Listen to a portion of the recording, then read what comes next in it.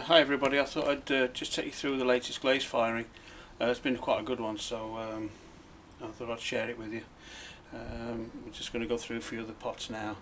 I've got them lined up here on the porch, and I've had a problem with oxidation. I've still got it here. These are on the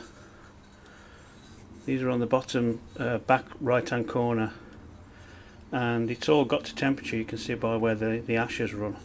I sprinkle ash on this front edge, and these are quite pale, still functional but quite pale. They should be like this. So I've got to solve that problem. I think I know what it is. I think it's a damper problem. We've got here a nice bottle that's got the crawling shino on it. It's quite thick in the top there. I like the way that it's split in the top. I don't know how it's going to pour but I mean, that's never going to happen again probably, but that's a nice piece. It's part of the oxidation problem there. Can you see it's paler on one side? Quite nice. It gives a quite nice contrast, but I was hoping it would be more like this all the way around. That's a thick shino over a thin shino. Some of the brushwork pots, they've come out quite nicely.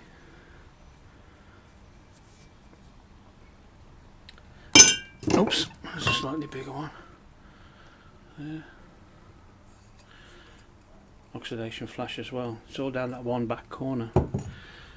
These have come out alright. I've managed to sort this glaze now. It's nicely orange inside, uniform outside. So they're a success of this firing. Foot ring, quite a nice T-bolt there. So there's 3 of those there, little you know me here. That's a quite nice little cup. Then we're on to more gnarly ones. This is a black clay I've been using. It's a mixture of black clay and ordinary clay, but it's got a cobalt wash underneath. You can see where it's split. So for those of you that like gnarly pots, that's about as gnarly as I get. Another one here. When the glaze goes on thick, it crawls really nicely. Does everything that the potteries in Stoke-on-Trent have spent 300 years stopping things crawling and getting glazes right, and I've decided that I like stuff to crawl. You can see there it's almost dripping off the pot. That's a beauty. Just work my way along here a bit. Some more of the black clay with white clay dribbled on. I use in the UK we call them fairy liquid bottles. It's a detergent bottle. I fill it with thick slip and then squirt it across. Another one there, it's quite rough, nice black clay. And some more there.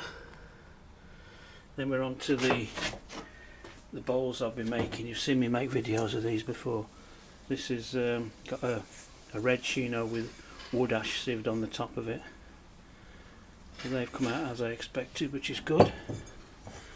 Another one there. It's another bit of oxidation. You can see it definitely there. That back right hand corner again. All these pots I've been talking about oxidised were stacked up on the back right hand corner. So need to address that. Another one there. Some teapots here. Just managed to get this lid off. You have to soak it in hot water a little bit. I forgot to wad the lid. I usually wad underneath the lids. This one I didn't, and luckily a bit of hot water and a bit of tapping with a wooden spoon lifted that off. So we've got 4 of those there. These are the cups that go with it. Sorry about wobbling about. So they're the cups that go with the teapots. There's another dozen of those pots, teacups going in the next firing. And these ones here, as you can see, these have been fired on shells. There's what remains of the shell there. We fired like that on its side on 3 shells, or one big shell broken up into 3 pieces. And that's come through very nice. You have to soak them in water when you fetch them out of the kiln, and all the shell disappears. It's sort of the shell calcines in the firing, and you soak it, and it just washes off like a cream, leaving the glaze. That's just glaze. It's not. There's no shell left. That's just the impression of the shell. That too's on a really thick black groggy slip that I wipe on with a credit card. About as much as good as they use. That's as much use as they get, credit cards in my house. We don't have them. So that's that one. So there we have it. These are all old pots. These are garden pots from old firings. All here. When people pop in to see me, they tend to take them away with them for their garden. That's it. Quite a good fire in this one. I've only got 2 failures, a bowl that's split, and a couple of refires that didn't come off, so they're not wasted. So there you have it, the latest firing, and there's another one of more or less the same amount of stuff got to go in next week, so fingers crossed that one will be as good. You're only as good as your next firing. See you next time.